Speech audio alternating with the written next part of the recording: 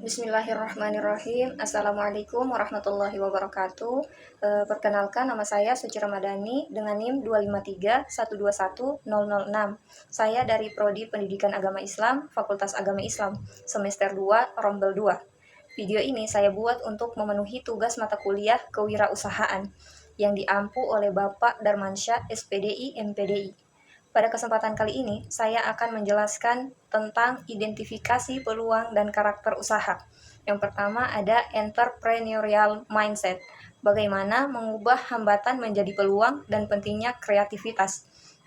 Yang kedua, profil kewirausahaan. Mempelajari tokoh wirausaha sukses minimal 3 disertai dengan bidang usaha yang digeluti. Baik, langsung saja saya jelaskan. Pengertian entrepreneurial mindset adalah pola pikir seseorang yang mampu melihat peluang dalam setiap masalah, berani mengambil resiko, kreatif, inovatif, dan mampu menciptakan nilai dari suatu ide atau kesempatan. Pola pikir ini sangat penting karena menjadi dasar seseorang dalam menjalankan usaha.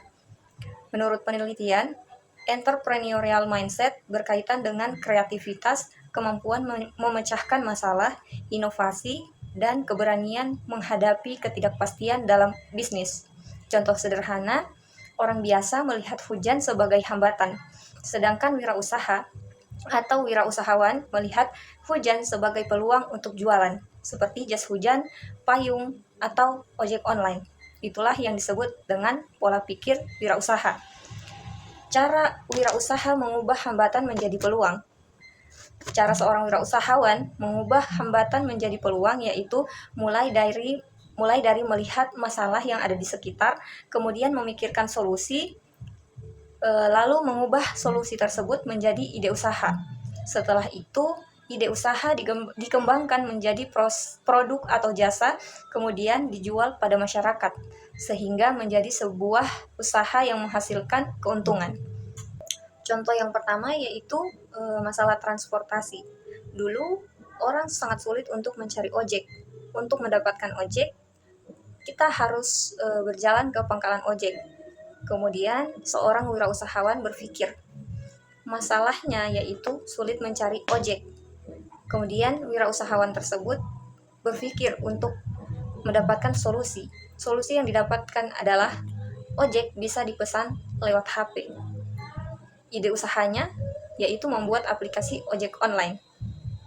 Jadi, masalah transportasi bisa diubah menjadi peluang usaha transportasi online.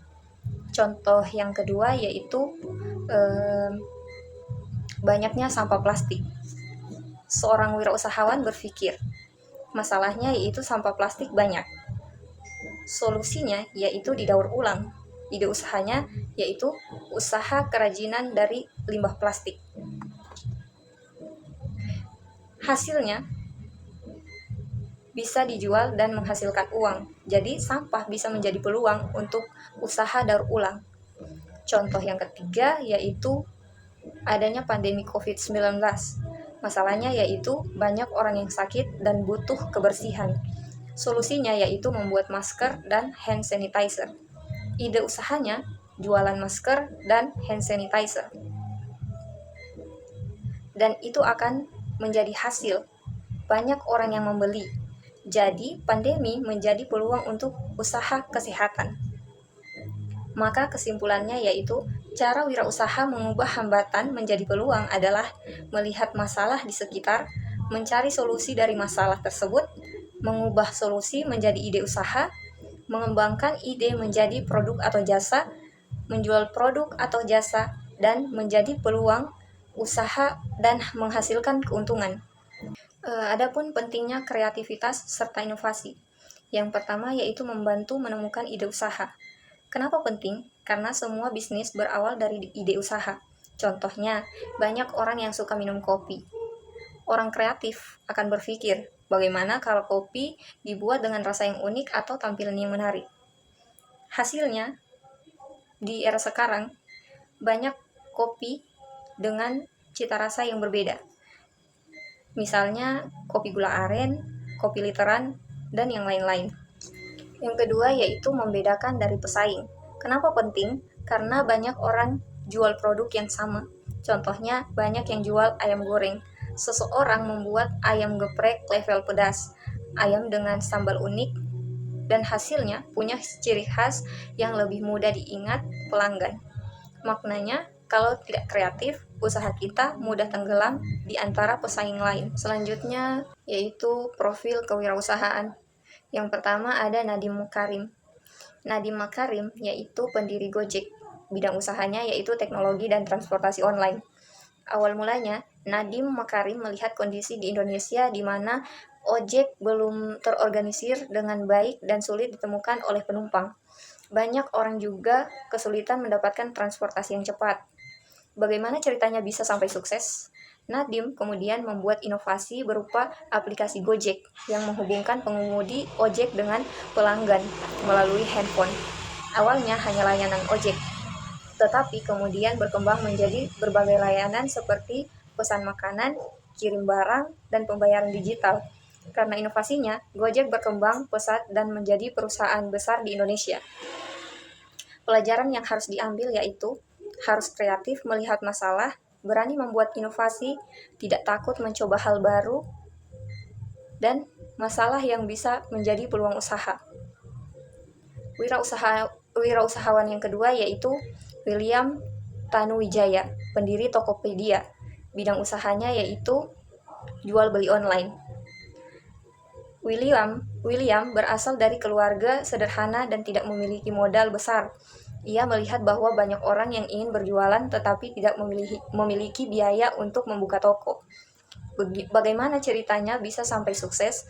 William kemudian membuat Tokopedia, yaitu platform jual beli online yang memungkinkan siapa saja bisa membuka toko tanpa harus memiliki toko fisik. Awalnya mengalami banyak penolakan dan kesulitan, tetapi ia tidak menyerah. Dengan kerja keras dan ketekunan, Tokopedia akhirnya menjadi salah satu perusahaan besar di Indonesia. Pelajaran yang harus diambil yaitu jangan menyerah, manfaatkan teknologi, berani bermimpi besar, dan tetap berusaha walaupun banyak hambatan.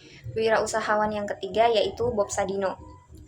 Bidang usahanya yaitu peternakan dan pangan. Awal mulanya, Bob Sadino pernah mengalami kegagalan dan bangkrut. Dia bahkan pernah bekerja sebagai tukang bangunan, namun dia tidak menyerah dan mulai usaha kecil dengan menjual telur dari rumah ke rumah. Bagaimana ceritanya bisa sampai sukses? Dari usaha kecil menjual telur, Bob Sadino terus mengembangkan usahanya. Dia melihat peluang dalam kebutuhan pangan masyarakat.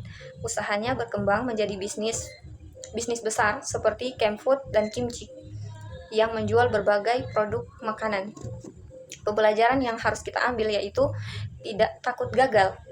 Yang kedua, berani memulai dari kecil. Kesimpulan yang dapat kita ambil dari ketiga tokoh tersebut yaitu kita bisa belajar bahwa kesuksesan tidak datang secara instan, tetapi melalui kerja keras, kreativitas, dan pantang menyerah. Selain itu, setiap masalah bisa menjadi peluang jika kita mampu melihatnya dengan baik. Sekian yang dapat saya sampaikan, lebih dan kurangnya saya mohon maaf. Jika ada kesalahan kata atau kalimat, saya mohon maaf. Wassalamualaikum warahmatullahi wabarakatuh.